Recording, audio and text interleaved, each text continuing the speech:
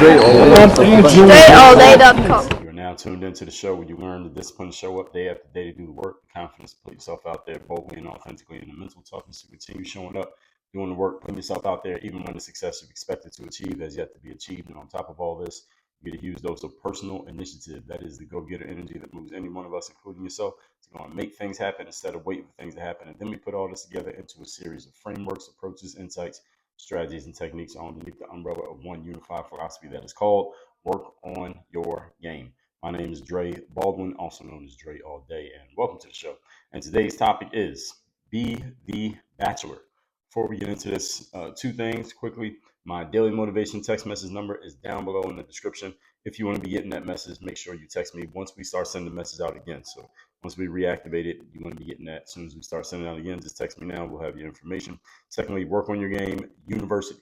All right, if you listen to this show, you get a good feel for my style, type of things that I talk about. We talk about a lot of different things, and my ability to help you understand what may have been complex 10 minutes ago is now understandable, and we make it actionable. We give you strategies, systems, game plans, and mindsets to make it happen, along with having me as your direct coach. All that happens at workonyourgameuniversity.com. That link down below in the description to this episode.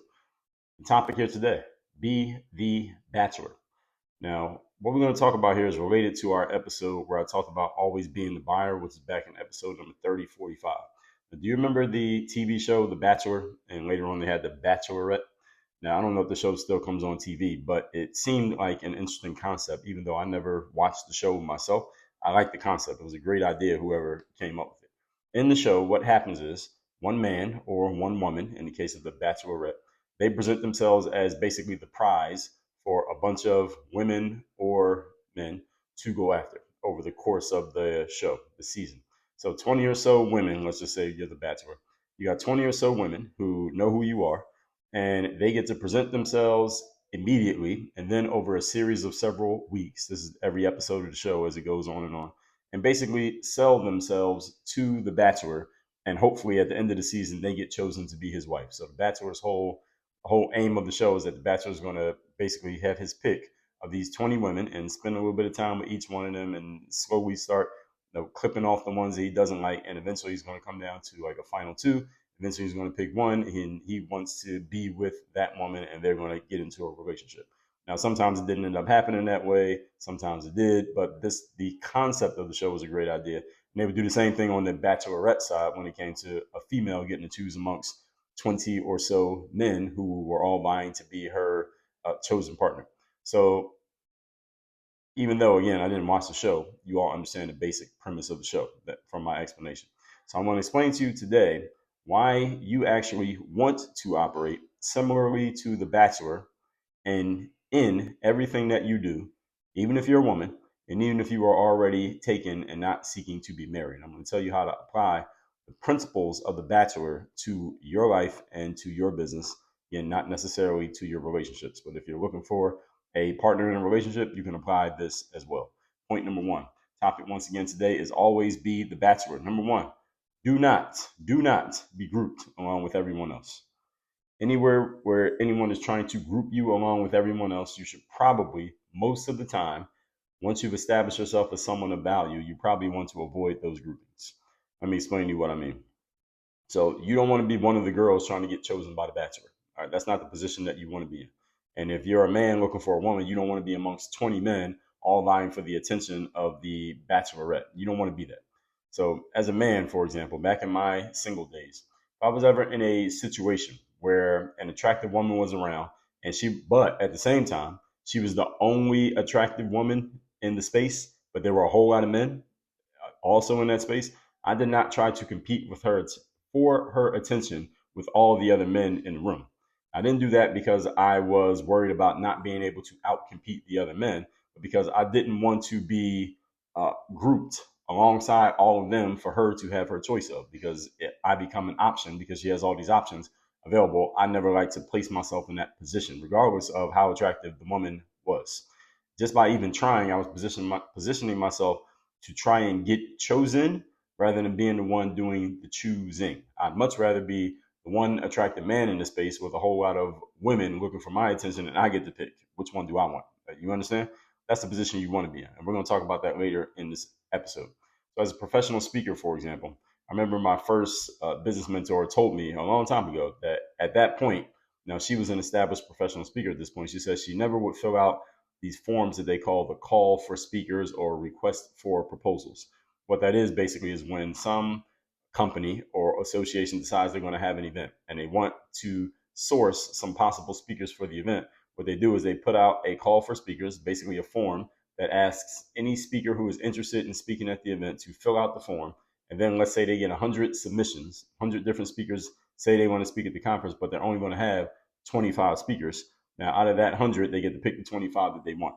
And my first business mentor told me that she always ignored those kind of calls for speakers because, and she explicitly explained this to me, Dre, I don't want to be grouped amongst all the other speakers. I don't even want to be in that situation. Now, she did not go on and explain it and detail it out the way that I'm doing here in this episode, but the concept that she was alluding to back then is the exact same thing that I'm explaining and spelling out for you right now. Now, one thing I will say as a caveat to the example I just gave you is that when I first got started, she was already established. I was not established. So I actually got my professional speaking career started by actually filling out a bunch of calls for speakers where I would be one of 100 applying for maybe 10 or 20 opportunities, landed a few of those, did well in the few opportunities that I did get, and I was able to level myself up to a higher level person. I got a track record. I got some social proof. I got some video of my stuff. It eventually graduated to where I was now getting paid based on somebody reaching out to me rather than me filling out a call for speakers and hoping to get chosen, to the point that today, now I do not fill out calls for speakers. So if someone sends me, hey, here's a call for speakers for people to come speak at this event, I'm not filling out that form. Like, I have elevated myself to the level where that's not something I see as an option for me. So you only can do that though when you're in a position when you only do the filling out the call for speakers thing. For example, when you're in a position where you can't do the choosing and you're hoping to get chosen, that's usually when you just don't have a lot of status, you don't have a lot of resume, you have not produced results to where you can say to anyone, hey, I don't have to go by your process, I'm going to go by my own process. As a brand new person, you might have to go do that a time or two. For example, in sports, it's the same thing. In sports, they have tryouts. You have a tryout for a team where it's basically an open call for players. Any player who wants to play on this basketball team or this football team, come to the tryout. You might get 50 kids to come to the tryout, but the team's only going to be 12 guys. And if you're unknown, but at the same time you believe you're really good at basketball, well, go to the tryout, you prove that you're good, then you end up on the team. Now you're a known commodity. Now you have a resume. Now you have a track record. Now you may not need to go to every tryout moving forward because the calls may be coming in instead of you having to make the calls outbound. So as you establish a track record, you eventually get to the point where you are operating like the Bachelor. So if you're brand new, you may not be able to do what the Bachelor does. You might need to be one of those 20 at first to at least establish yourself. But once you get established, you become the Bachelor. Point number 2. Today's topic, once again, is be the Bachelor. Number 2, you want to engineer ways such that you are showing up solo as the only option available for your prospects. You want to be the only option that they see. What you never want to do, as I explained in the example example telling you how the Bachelor TV show works, you never want to be looked at as an option amongst many by the person who is doing the choosing, such as you and 20 other men all hoping to get chosen by one girl, because 19 of you are going to go home empty-handed. And even the one of you who wins, you are still in a one down position, so to speak, because you had to do all that work and fight through the crowd just to get to that one girl. Like, you didn't have any other options. You didn't have an option B if the girl didn't like you. She has options A through damn near Z because she has 20 options in front of her. You have no options. You only got one. So you don't want to be in this position in the first place, especially if this becomes a real romantic relationship. I don't know how those things end up working out. I know some of them, maybe a couple of them, have worked out and become real long-term relationships, and many of them have not. And one of the things I don't like about even starting a relationship that way is just starting a relationship hoping to get chosen by that one person. Now, maybe on the women's side, maybe it makes more sense, but on the man's side, it doesn't make any sense to me. I don't see that making sense. So you never really look at that as an option, okay? And which is you hopefully getting chosen by the people who have all the power to do the choosing. You can take that power away from them by simply not putting yourself in a position to where they are looking at you and seeing you as an option. You can just choose to not be an option to someone who you don't want to be an option to. Simple as that. So, because what it does is, as I just explained, it puts you in a disadvantageous position where you have to you may have to bend to the will of whoever is doing the choosing, because it is obvious that they have options that you simply do not have. So if you're filling out a call for speakers as a professional speaker, for example, they say, okay, here are all the things you have to fill out on this form in order to get chosen. What if there's some things on that form you don't feel like filling out? Well, if you want to get chosen, you still have to play by their rules. And you can't tell them what you want to do and what you don't want to do, because, again, they have more options than you have. If you're the bachelor, and you are saying, though, to the 20 women who are vying for your attention, well, I like a woman who is this height, who has this type of personality and carries herself this type of way. And any of you who's not that, you might as well leave now. You see, you have all the power because you're telling them what you want, because you have all these choices. They don't have any choices. So they can't stand in front of you and tell you what kind of man they want if it doesn't fit the description of who you are, because what the hell are they doing there in the first place? See, if they weren't interested in who you are based on your profile, they wouldn't be one of the 20 options. They would never become one of the 20 options to start with. So you want to be in that position. You always want to be in a position where you have options and choices, because options and choices translate to power and influence. If you have no options, human nature says you may get taken advantage of by people who do have options. I'm not saying that always happens, but it can happen. This is simply how life works. This is simple human nature. And it doesn't mean that people are bad if they were to take advantage of someone who doesn't have options. It simply means that people are human. This is just what it is. And this applies to you the same as it applies to everyone else. For example, if you go to a sporting event, you may get charged $5 for a bottled water, whereas that same bottled water, if you were to go to Walgreens or CVS, that same bottle, exact same brand, everything, would cost you $1. Now, why is it $5 inside the sporting event venue? Because you have no other options. The only option you have to get that water is through them. They know that, and therefore they gouge you on the price by charging a lot more than they would on the open market, because when you're inside that stadium, you're not in an open market, you're in a closed market. They control what's available, they control the prices, and it's not like you can leave and walk across the street and buy some food, because there may not be any food across the street. And type of venues that many of them are, if you leave, you can't come back in. So you don't have options, and they take advantage of that. This is just human nature. And by the way, you can do the same thing to others that others do to you. And many of us by nature will do this without even thinking about it. Point number 3. Today's topic, once again, is be the bachelor. Number 3, do the choosing, don't get chosen. All right, I've already given you this point multiple times already here today. You should understand this already if you heard the first 2 points. This is much more of a mentality than it is about tangibly or tactically doing something, however. That's what you need to get here. This is about a mentality of doing the choosing rather than trying to get chosen.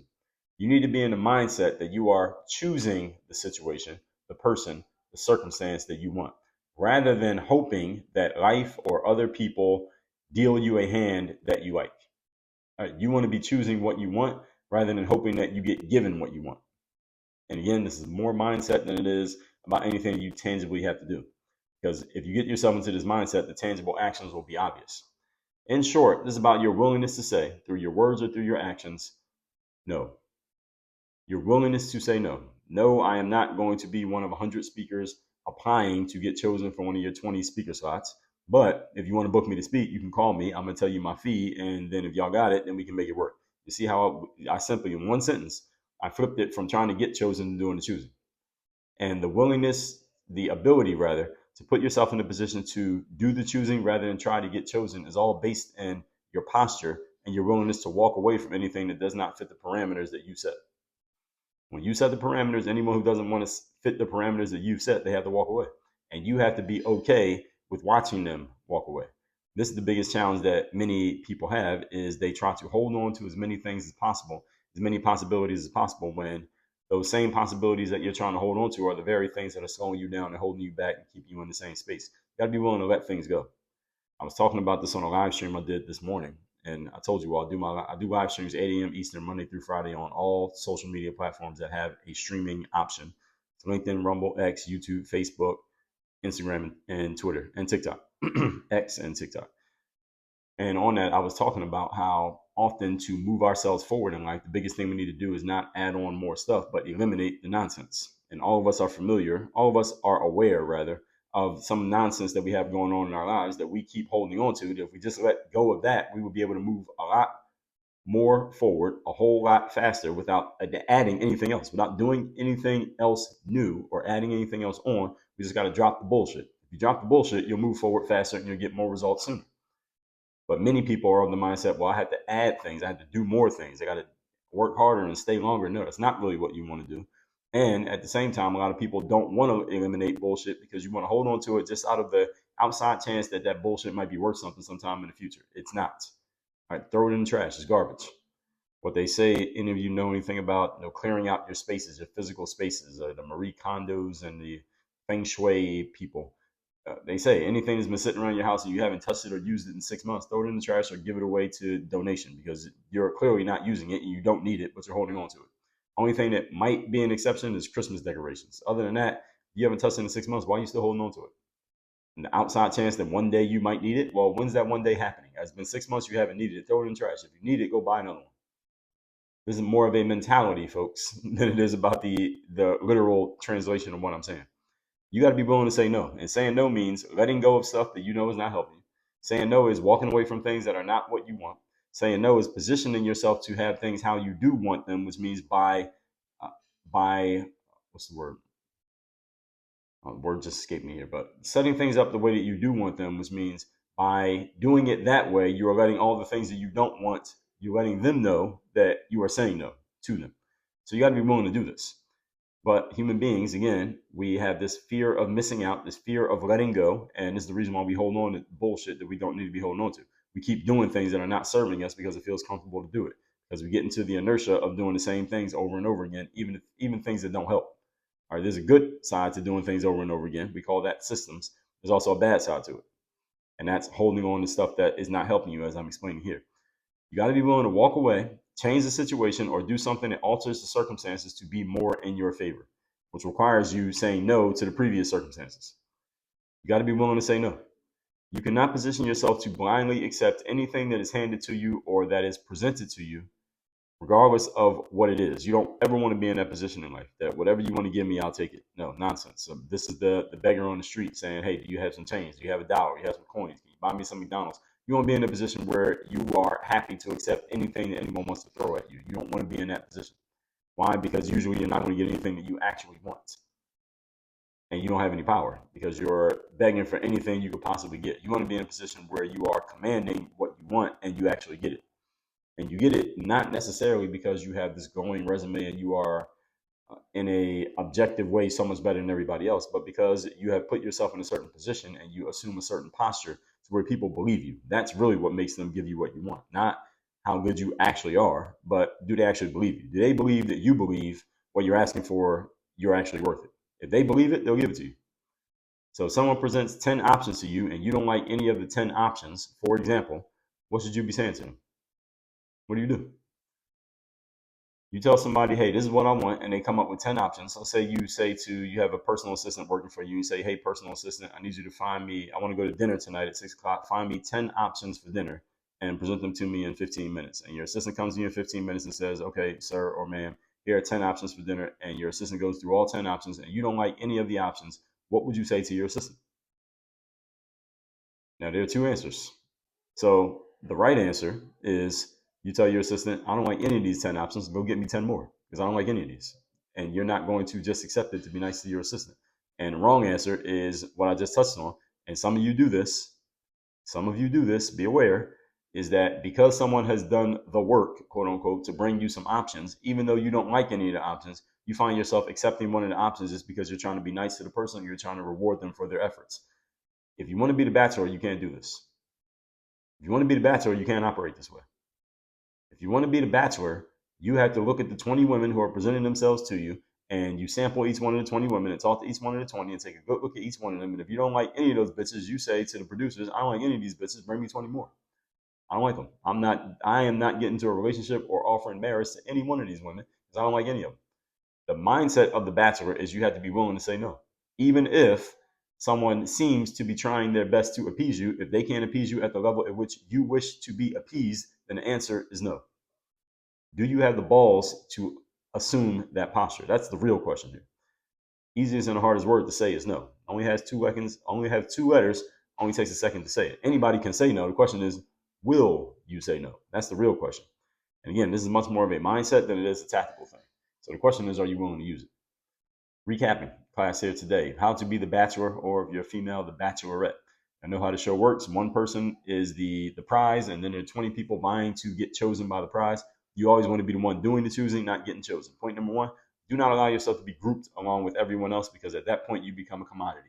Commodities, they're in a price war. The price goes down. It means your value is lowered simply because you're standing next to a bunch of others that look interchangeable along with you. You never want to be interchangeable because your value goes down significantly. Number two, engineer ways to where you show up solo as the only option. In other words, how can you be the bachelor instead of trying to be one of the girls getting chosen by the bachelor? How can you be the one who gets to do all the choosing rather than being one of the many who is hoping to get chosen? And point number three, do the choosing. Don't get chosen. You understand this if you heard me explain points number one and number two. And this is really about your willingness to say no. Doing the choosing is about your willingness to say no. No, I am not going to be one in this group. No, I'm not going to be grouped amongst everybody else. No, you're not going to talk to me as if I need you more than you need me. And again, folks, this is a mindset and a posture. It is not so much about your personal resume, but I guarantee you, if you want to build your personal resume, the quicker you pick up this mindset, the faster that resume is going to build with the least amount of effort. All that said, we talk about that effort. We talk about that resume. We talk about that mindset, and we talk about putting it to good use in whatever business you're in. Go to workonyourgameuniversity.com. Have me as your coach, and let's get to work on doing it ASAP. Workonyourgameuniversity.com. Work on your game. Dre, all